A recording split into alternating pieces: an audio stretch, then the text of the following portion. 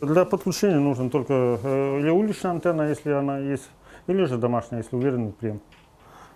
Подключается элементарно. Мы все приемники, которые продаем, проверяем на месте.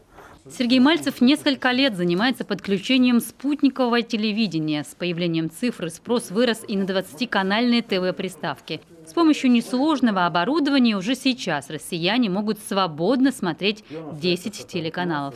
Наш магазин популярен среди жителей республики. Многие приезжают с района, Усть-Куломский, Карткировский район, хотят купить приставки 20-канальные. Если раньше было больше рекламации, то что приемник рано выходил из строя и уже не ремонтировался, то сейчас же год гарантии дается, и очень редко бывает, что вот просто какие-то неисправности.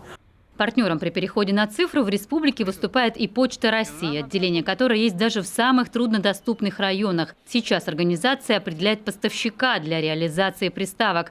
Так что жителям поселений, где нет магазинов электроники, для покупки оборудования далеко ехать не придется. Это поддержка населения, это поддержка возможности использовать эфирное телевидение. Здесь максимально цены будут лояльными для наших потребителей и для жителей республики. Российский проект по переходу на цифровое вещание самый масштабный в мире. Строительство сети первого и второго мультиплекса завершено практически во всех субъектах. И с нового года 98% населения смогут принимать уже 20 бесплатных обязательных каналов в цифровом качестве. Те, кто желает смотреть больше, в том числе и региональные программы, по-прежнему могут подключить кабельное или спутниковое ТВ. Тарелка «Триколор» у нас достаточно давно. Сам я коми-человек, и на самом деле не хватало очень канала с коми-вещанием.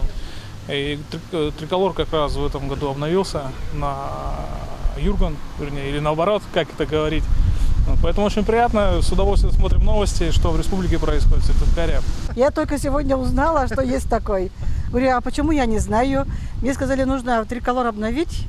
И вот я это, наверное, завтра же и сделаю. Буду смотреть. Очень хороший канал. Жаль, что не знала. Далеко не все жители республики до сих пор могли смотреть передачи родного канала. Вхождение в «Триколор» увеличило аудиторию Юргана в Коми практически на 300 тысяч человек. После появления канала Юргана в составе пакета «Триколор ТВ» количество абонентов, желающих обменять оборудование, увеличилось. Соответственно, люди активнее обменивают свое старое оборудование на новое. Пока зрителям доступно и аналоговое ТВ. Правда, это всего несколько каналов, да и те в плохом качестве. Но уже в начале следующего года телеканалы, в том числе и Юрган, откажутся от устаревшего сигнала в пользу цифровых технологий. Ольга Коняева, Олег Жуковский, Артем Соколов, Олег Костромин, телеканал Юрган.